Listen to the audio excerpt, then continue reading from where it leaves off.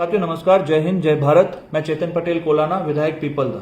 साथियों, जैसा कि अभी अभी माननीय सुप्रीम कोर्ट ऑफ इंडिया द्वारा जो फैसला दिया गया है, जिसमें अनुसूचित जाति एवं जनजाति के आरक्षण का उपवर्गीकरण करने की जो बात कही गई है, उसके विरोध में कल 21 अगस्त को संपूर्ण भारत बंद का आह्वान है। इसके लिए मैं आप सभी से निवेदन करता हूं, अपील करता हूं कि इस भारत बंद को अपना पूरा समर्थन दे। साथियों, जैसा कि बाबा साहब भीमराव अंबेडकर ने जो आरक्षण दिया है, वो छुआछूत, ऊंच नीच और जो समाज में जो भेदभाव होता है, उसके आधार पर आरक्षण दिया गया है। और इसीलिए मैं भी सुप्रीम कोर्ट ऑफ इंडिया द्वारा जो ये फैसला दिया गया है, उसमें दो बातों पर अपने विचार रखना चाहूंगा। पहला है क्रीमी लेयर। मुझे ऐसा लगता है कि आज की स्थिति में तो कम से कम अपन देखें तो ये क्रीमी लेयर आरक्षण के अंदर संभव नहीं है। आज भी हम देखें आर्थिक स्थिति कितनी मजबूत हो, पर शेड्यूल कास्ट एससी के अंदर अगर आप देखोगे तो दूल्हे को घोड़ी पे नहीं चढ़ने दिया जाता है। ऐसे केसेस आते हैं, ये आपसे और हमसे छुपे नहीं है। मूछें नहीं रखने दी जाती है, मंदिरों के अंदर दलितों को प्रवेश नहीं करने दिया जाता है। और अगर मैं बात करूं एसटी की, तो आदिवासी समाज के अंदर सबसे उच्चतम पद पे महामुहिम राष्ट्रपति महोदया द्रौपदी मुर्मू जी की हम बात कर लें, तो जब चुनाव आते हैं तो उन्हें आदिवासी बताकर उनका पूरा लाभ लिया जाता है। पर जब उनको मान सम्मान देने की बात आती है, चाहे फिर वो राम मंदिर के शिलान्यास की बात हो, उनको बुलाया नहीं दिया जाता है, वो मान सम्मान नहीं दिया जाता है।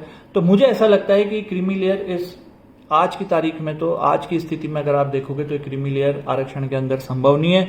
दूसरे मैं अपने विचार रखना चाहता हूं उपवर्गीकरण के अंदर, जिसकी शक्तियां राज्य सरकारों को दी गई है। मुझे ऐसा लगता है कि राज्य सरकार केवल और केवल इसका लाभ अपने राजनीतिक फायदे के लिए लेगी। अभी तक तो जातिगत जनगणना हुई नहीं है, 2011 में हुई थी। और अगर हम पूर्व में भी देखें, पूर्व में भी जब भी माननीय सुप्रीम कोर्ट ऑफ इंडिया ने जब भी जैसे मणिपुर में फैसला दिया आरक्षण को लेकर, तो वहां पे भी हिंसा हुई और वो हिंसा आज भी काबू में नहीं आ रही। न वो सुप्रीम कोर्ट ऑफ इंडिया के बस में आ रही है, न वो सरकारों के बस में आ रही है। आज भी वहां पे हालात सामान्य नहीं है।